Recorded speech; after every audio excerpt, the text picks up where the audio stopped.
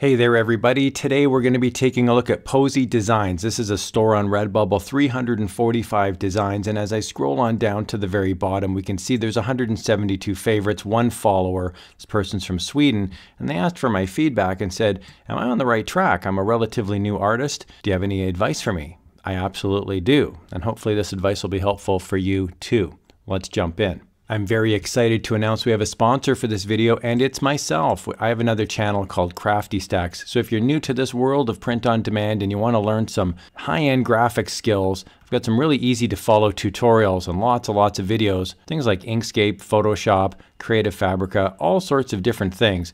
And again, that YouTube channel is called Crafty Stacks. You want to make sure to check that out. It's all me, all the time. Okay, so let's break down this store. I can see really quickly here we've got two different types of designs that this artist is running with. We've got Swedish crests that are circular.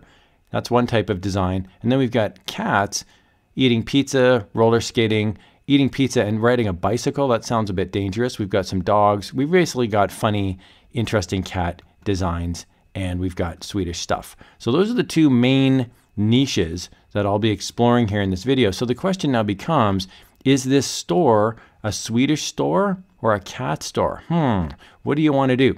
So this is actually a good start, right? We've got 172 favorites and we've got 345 designs. So which is the best selling designs? Well, I can't tell and nobody can tell, but what I can do is I can take a look at any store. So I can search for most relevant along the right hand side, and that will generally tell me which ones are getting the most likes, the most favorites, and any sales. It's not perfect, but you can certainly make an educated guess. So we can see here that out of the top 5 results, 4 of them are Swedish crests that are circular. So that is the universe telling me that that is more of a safe bet to go forward with if you had to choose between the two. So what I would suggest, just for my first piece of advice, is make sure that you continue to make these crests. And I think they look great, by the way. I'm a big fan of having artwork that is superior to other people's artwork. Circular designs are popular. Swedish designs are popular. I love the fonts. I love the graphics. Continue to make more of these. I would expand out to other European countries. I would actually expand this out to all countries. So I'd pick some in Asia, North America, South America, and so on, and make sure you've just got the proper colors, and then let your imagination run wild. If you get 1,000 of these crests in your store, you will eventually get to the point where you have 1,000 favorites, 2,000 favorites, 3,000 favorites, and 3 years from now, 4 years from now, you will have passive income. Now, I can't guarantee it, but I have a store that's very similar to this. It's based on locations. It's also very similar artwork. And I regularly make a sale or two every week, sometimes 3, sometimes 7 sales a week. And I regularly in that store make between $50 and $200 a month. And it's automatic. I don't really actively go after that store anymore. I just let it sit there and it just churns $100 a month for me forever. So if that's the goal, and I think it should be, then go for it. Now let's talk about these cat designs. We've got some positives here. I love the way these cat designs look. Let me just pop open cat here riding a bicycle while eating pizza. This looks like they're either hand-drawn or you've used a program to draw it. I like the fact that it looks unique, and I like the fact that you've got 2 popular niches, which is cats and pizza. So I can't tell you if this is a good design or not. All I can tell you is the universe will tell you eventually. So what I would suggest you do is continue to make these crests and see if these cat designs start to sell. If the cat designs do start to sell, then make more of those. If the cat designs don't start to sell, and you're just outselling, the cat designs because of the crests, then basically make your store a crest store. So this is really normal. You create about 300 designs, half are like one niche, half are another niche, and then you just kind of see which works, right? But as I look through this store, my personal opinion is these crests are really nice. And I would continue to make those because I know these sell, because I have a similar store. Okay, let's talk about your store's front up at the top here. You've got a nice big banner. I would encourage you to increase the Posi Designs logo, make it quite large.